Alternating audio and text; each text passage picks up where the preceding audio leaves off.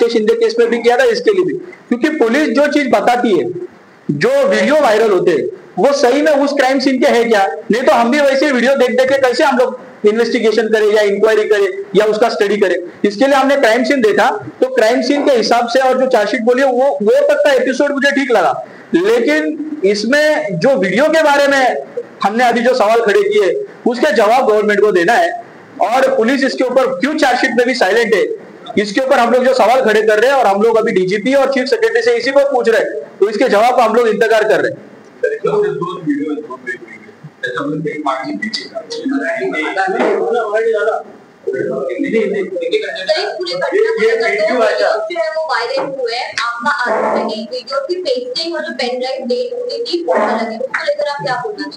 मैं ये बोलना चाहता हूँ, ये कभी भी पॉसिबल नहीं है। आज मुझे वीडियो मिली, मैंने वही वीडियो बार बार देखी और मैंने किसको दे दी? पुलिस को दे दी। अरे भाई, लेकिन उसमें जो वीडियो मोबाइल या कोई डिवाइस से उसमें डाली है, वो मिलने के बाद वाली है ना, ये कैसे पॉसिबल है? वो वीडियो वो created file created date change कैसे होगी? वो नहीं होती, वो कंपलसरी वैसी है, वो इसमें अलग मिलने के बाद वाली मिल रही है। ये पॉसिबल ही नहीं है। ये 100% सस्पेक्ट जो मास्टरमाइंड उसामा है, उसके इन्फ्लुएंस के हिसाब से ये जो सस्पेक्ट है नजीब मुल्ला, इनके साथ में कुछ मिली हुई है कि इसका जांच पुलिस ने करना है, इसका जवाब पुलिस को देना है। ये कैसे पॉसिबल है? सर, एक वीडियो जो है, एक दिन पहले जमील शेख के परिवार ने सबके सामने लाया, मीडिया को दिया। दूसरे दिन फिर नजीब मुल्ला 5 मिनट से एक बड़ा वीडियो दिखाते हैं जिसमें वो बता दें कि अनैतिक संबंध है, इलिसिट रिलेशनशिप के चलते ये हत्या हुई है, इसमें मेरा कोई संबंध नहीं है, मेरे पारिवारिक संबंध है। दोनों वीडियो उसामा की है, तो उसमें से आपके हिसाब से कौन सा वीडियो सही? देखिए, पहला जो वीडियो आया उसमें नजीब मुल्ला के खिलाफ आरोप लगाए गए, वो मास्टरमाइंड है बताया। उसी के दौरान दूसरा बात, थोड़े देर के बाद वीडियो आया, उसमें भी बोला गया है कि उसमें 4 लोगों के नाम लिए गए, वो कट कर दिया पोर्शन। मैं बता देता हूँ, उसमें निरंजन डावकरे, महमूद दलवी, आलू बाबा और बदरुद्दीन, ये 4 लोगों के नाम लिए गए। ये चारों लोग, जहां तक की मेरी जानकारी है, ये इनको डे 1 से नजीब भाई की जमील भाई की जो डेथ हो गई उसके बाद ये लोग मदद करने वाले थे। बराबर इन्हीं लोगों का नाम उसामा कैसे ले रहे हैं?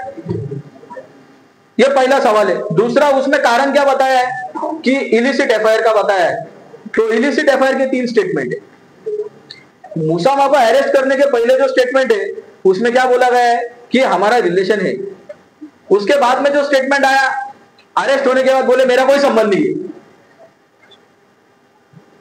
उसमें तीसरा एक स्टेटमेंट रिलेटिव का आया, उसमें क्या बोला गया है, पैसे के वजह से मैंने ये स्टेटमेंट दिया था। तो इतने सारे कॉन्ट्राडिक्शंस है, सही क्या है ढूंढना किसका काम है? पुलिस का है। पुलिस क्यों नहीं ढूंढ रही है? ऐसा तो पुलिस फोकट में तो कुछ काम करेगी नहीं। एक तो ट्रांसफर, प्रमोशन, पोस्टिंग या फिर जो इसका भी, मैं जो आयो है जिसने ये गड़बड़ की है उसको भी बताना चाहता हूं, इसको जल्द से जल्द निपटारा नहीं करेंगे, इतना धमकी देता नहीं, मैं जो बोलता हूं करता हूं। आपके अकाउंट में पैसा किधर से आया होगा, नहीं आया होगा, आपके रिलेटिव जो जिनसे नीचे अगर इसमें झोल हुआ है, पैसा लिया है, तो हम उनके खिलाफ भी जाने को कम नहीं करेंगे, लेकिन सच को हम ढूंढ के निकालेंगे। इन लोगों ने जो सवाल खड़े किए, इनका हक है उन सवालों का जवाब मिलना। सर, अभी बात करने के दौरान आपने उसामा के बैंक ट्रांजैक्शन की या उसके पैसों के खर्च का कुछ ब्यौरा दिया था, क्या एग्जैक्ट क्या चीज है? देखिए, उसामा के पास उसी वीडियो बनाने के दौरान जमील भाई की हत्या होने के बाद पैसा कहां से आया? भाई 8-8.25 लाख का 2 लाख की जमीन ले रहा है वो यूपी में, उसके बाद आईफोन दिए, एंड्रॉइड फोन दिए। वो काम क्या करता था? ठेले वेले पे काम करना, कुछ तो बेचने का काम करना। 8.25 लाख की अमाउंट, 5.25 लाख रुपया किसी सन्नान बिल्डर के पास उसके साथ हुआ है। एक दूसरा 2.25 लाख का भी हुआ है। टोटल मतलब जो अमाउंट उसमें जो दिख रही है वो 8.25 लाख की। इतनी अमाउंट आई कहां से उसके पास? वीडियो बनाने की अमाउंट की। यस, तो इसमें, हाँ, तो इसमें कहां से अमाउंट आई, किसने भेजी, क्यों भेजी, वीडियो के टाइम पे ही कैसे आई? भाई इसके ऊपर साइलेंट क्यों है? सिर्फ एक वीडियो वाला मुद्दा नहीं इसमें, 2 164, और इसमें एक ही नहीं, जितने भी आरोपी है इसमें, उन लोगों ने कहीं ना कहीं नजीब मुल्ला का नाम उसमें लिया है चार्जशीट में। फिर भी काम क्यों, सस्पेक्ट को इंट्रोगेशन क्यों नहीं कर रही पुलिस? सर पूरी चार्जशीट अब तक जो पुलिस ने कोर्ट में फाइल की है, जो सबमिट की है, मेरे ख्याल से आप आज बात कर रहे हो तो आपने स्टडी कर ली होगी, पूरी चार्जशीट देख ली होगी, तो पुलिस की जांच को लेकर के खास क्या कहना चाहिए आप ये हत्याकांड को लेकर? मैं ये चार्जशीट के बेस के ऊपर ही मैंने जो भी आपके सामने रखा है, मैं इतना ही कहूंगा, मर्डर जैसे जघन्य अपराध की ये पहली बार उनके साथ वाकया नहीं हुआ ना, 2014 में भी अटेम्प्ट टू मर्डर हुआ है। इनको इन्वेस्टिगेशन करने के दौरान उन्होंने मरने से पहले 2014 में भी क्या हुआ था उसका भी सीक्वेंस देखना चाहिए था। मैंने मर्डर जैसे गुने में अनेक चार्जशीट में मैंने मर्डर के केसेस में अपियर हुआ कोर्ट के सामने, ऐसा ढीला इन्वेस्टिगेशन मैंने कभी नहीं देखा।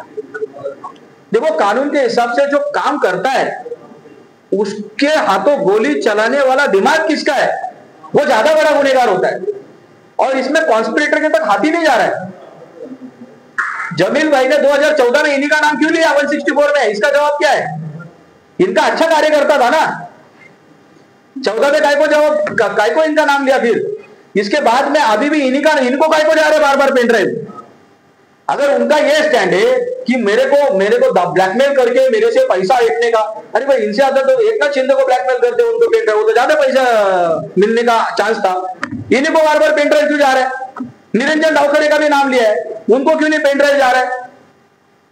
आलू बाबा को या दूसरे को नहीं, दलवी को नहीं जा रहा है, बदरुद्दीन को नहीं, इनको बार बार क्यों जा रहा है पेन ड्राइव? तो पैसे का ऐंठने के लिए, ब्लैकमेल के लिए अगर ये उनका जो स्टैंड है तो उनसे भी अच्छे पैसे बार बार पेन ड्राइव। अगर उनका ये स्टैंड है कि मेरे को ब्लैकमेल करके मेरे से पैसा ऐंठने का, अरे भाई इनसे ज्यादा तो एकनाथ शिंदे को ब्लैकमेल करते उनको पेन ड्राइव, वो तो ज्यादा पैसा मिलने का चांस था। इन्हीं को बार बार पेन ड्राइव क्यों जा रहा है? निरंजन डावखरे का भी नाम लिया है, उनको क्यों नहीं पेन ड्राइव जा रहा है? आलू बाबा को या दूसरे को नहीं, दलवी को नहीं जा रहा है, बदरुद्दीन को नहीं, इनको बार बार क्यों जा रहा है पेन ड्राइव? तो पैसे का ऐंठने के लिए, ब्लैकमेल के लिए अगर ये उनका जो स्टैंड है तो उनसे भी अच्छे पैसे खास वाले पॉलिटिकल बड़े मजबूत लोग हैं थाना में, तो उधर भी भेज सकते हैं, लेकिन वहां पर नहीं गया। रीजन क्या है भाई इनको भेजने का? इसका इन्वेस्टिगेशन जवाब पुलिस को देना है। ये इन्वेस्टिगेशन के लैप्सेस या लैपोना जो भी है, तो इसमें जो भी पार्ट ओमिट किया गया है आपके हिसाब से, आपने भी जो फाइंडिंग्स की है, तो आपका और फैमिली का क्या स्टैंड है इसको लेकर, आगे क्या करने वाले आप? देखिए अगर डीजीपी हमको कार्रवाई का जवाब नहीं देती है, हमारे एप्लीकेशन पे क्या करना चाहते हैं, हम अपने महाराष्ट्र राज्य के जो प्रशासन के प्रमुख गवर्नर होते हैं उनसे भी बात करेंगे, जो भी कॉन्स्टिट्यूशनल पोस्ट पे हमको न्याय दिलाने की ताकत रखते हैं कॉन्स्टिट्यूशन के फ्रेमवर्क के अंदर, हम उनके पास जाके रिक्वेस्ट करेंगे। और जब नहीं होगा तो हम कोर्ट तो है हमारे लिए हाईकोर्ट, और कोर्ट में जाने के बाद आपने देखा ही है फिर क्या होता है।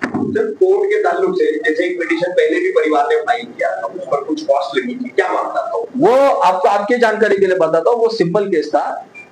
इन्होंने जो पिटीशन फाइल की थी उस दिन के पहले 2 चार्जशीट फाइल हो गई थी ऑलरेडी। और वकील के पास इंसान क्यों जाता है? क्योंकि वो कानून का जानकार नहीं होता, एक्सपर्ट नहीं होता है। हम वकीलों की ड्यूटी होती है कोर्ट के सामने, कोर्ट के तरफ, ड्यूटी टुवर्ड्स द कोर्ट बोलते हैं हम लोग, तो कोर्ट के सामने हम लोग क्लीन हैंड जाएंगे, कोई छुपाने का नहीं, हमारी भी गलती है तो कोर्ट को बताने का है।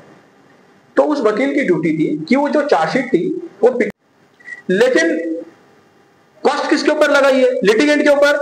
ना ना ना ना, कॉस्ट लगाई वकील के ऊपर, इनके ऊपर नहीं। और इन्होंने वकील को क्यों लगाया? लेकिन ये जानकार नहीं कानून के। अगर जानकार होते तो पार्टी पर्सन जाते ना, वकील को काहे को अपॉइंट करते? तो वो जो डिस्मिस हुई है वो मेरिट पे नहीं हुई है, टेक्निकल लैप्स ओनली सप्रेशन। तो इसका ये नहीं कि वो एकदम निर्दोष है इसके लिए वो डिस्मिस हो गई, इनका कोई रोल ही नहीं है, कोर्ट ने इनको भगा, ऐसा कुछ नहीं है। वो उनका कहना है, हमारा कहना तो हमने बता दिया। अब ये डीजीपी, मुख्य सचिव वगैरह से अगर आप लोगों को रिस्पॉन्स नहीं मिलता है, हाईकोर्ट वंस मोर, कब तक race principle of race duty काटा, वो हमारे लिए अभी भी एप्लीकेबल है, हमारे लिए लोकस है, हमारे पास सारी चार्जशीट से, डॉक्यूमेंट से 164 है।